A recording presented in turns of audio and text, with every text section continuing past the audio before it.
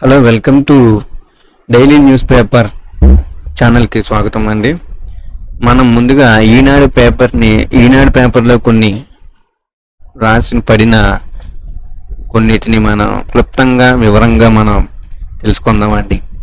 మొట్టమొదటిగా యుద్ధం. ఇప్పుడు ఇటీవల యుద్ధం జరుగుతుంది కదండి, ఆ యుద్ధం గురించి మనకి వార్తలు పడిందండి. ఆ వార్త వచ్చేసి కాల్పుల విరమణ, గంటల్లోనే పాక్ ఉల్లంఘన. కాల్పుల విరమణ జరిగిన 2 గంటల్లోకి మళ్ళీ కాల్పుల యుద్ధం చేశారని పాకిస్తాన్ వాళ్ళు. అది ఇక్కడ న్యూస్ ఐటమ్గా ఆర్టికల్ రాయడం జరిగింది. ఆర్టికల్ని మీకు వివరంగా చెప్తాను. పోరు వీడేందుకు తొలుత 2 దేశాలు అంగీకారం. డీజీఎంఓల స్థాయి చర్చల్లో నిర్ణయం. శనివారం సాయంత్రం నుంచి అమల్లోకి. రాత్రి పొద్దుపోయాక కొంత మారిన పరిస్థితి. డ్రోనులతో మళ్లీ దాడులకు తెగబడిన పాక్. పంజాబ్, గుజరాత్, రాజస్థాన్, కాశ్మీర్లో బ్లాకౌట్ కొనసాగింపు.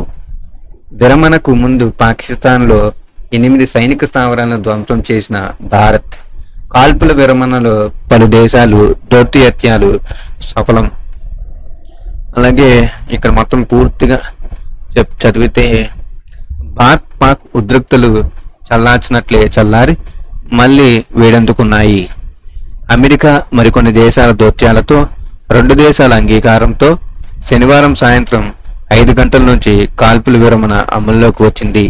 ఈ మేరకు సైనిక కార్యకలాపాల డైరెక్టర్ జనరల్ స్థాయిలో 2 దేశాల అధికారుల మధ్య చర్చలు ఫలించాయి. అయితే కాసేపటికే పాకిస్తాన్ మళ్లీ దాడులకు తెగబడింది. సరిహద్దులోని పలు ప్రాంతాలపైకి డ్రోన్లు ప్రయోగించింది. మన సైన్యం వాటిని సమర్థంగా నివారించింది. భారత విదేశ వ్యవహారాల శాఖ కార్యదర్శి విక్రమ్ మిశ్రీ సాయంత్రం 6 గంటల సమయంలో కాల్పుల విరమణపై ప్రకటన చేశారు. 2 దేశాలు శాంతికి అంగీకరించాయని అంతకుముందే అమెరికా అధ్యక్షుడు డొనాల్డ్ ట్రంప్ సామాజిక మాధ్యమ వేదికగా పేర్కొన్నారు. ఒప్పందం ప్రకారం భూతల, గగనతల, సాగర జలాల్లో అన్ని రకాల కాల్పులు, సైనిక చర్యలను 2 దేశాలు నిలిపివేశాయి. దీనికి పాకిస్తాన్ బేషరతుగా అంగీకరించిందని మిశ్రీ తెలిపారు. 2 దేశాల డిహెచ్ఎంఓలు శనివారం సాయంత్రం 3 గంటల 35 నిమిషాలకు సమయంలో నేరుగా మాట్లాడుకున్నారు. 2 వైపులా అన్ని రకాల సైనిక కార్యకలాపాలను నిలిపివేయాలని నిర్ణయించారు.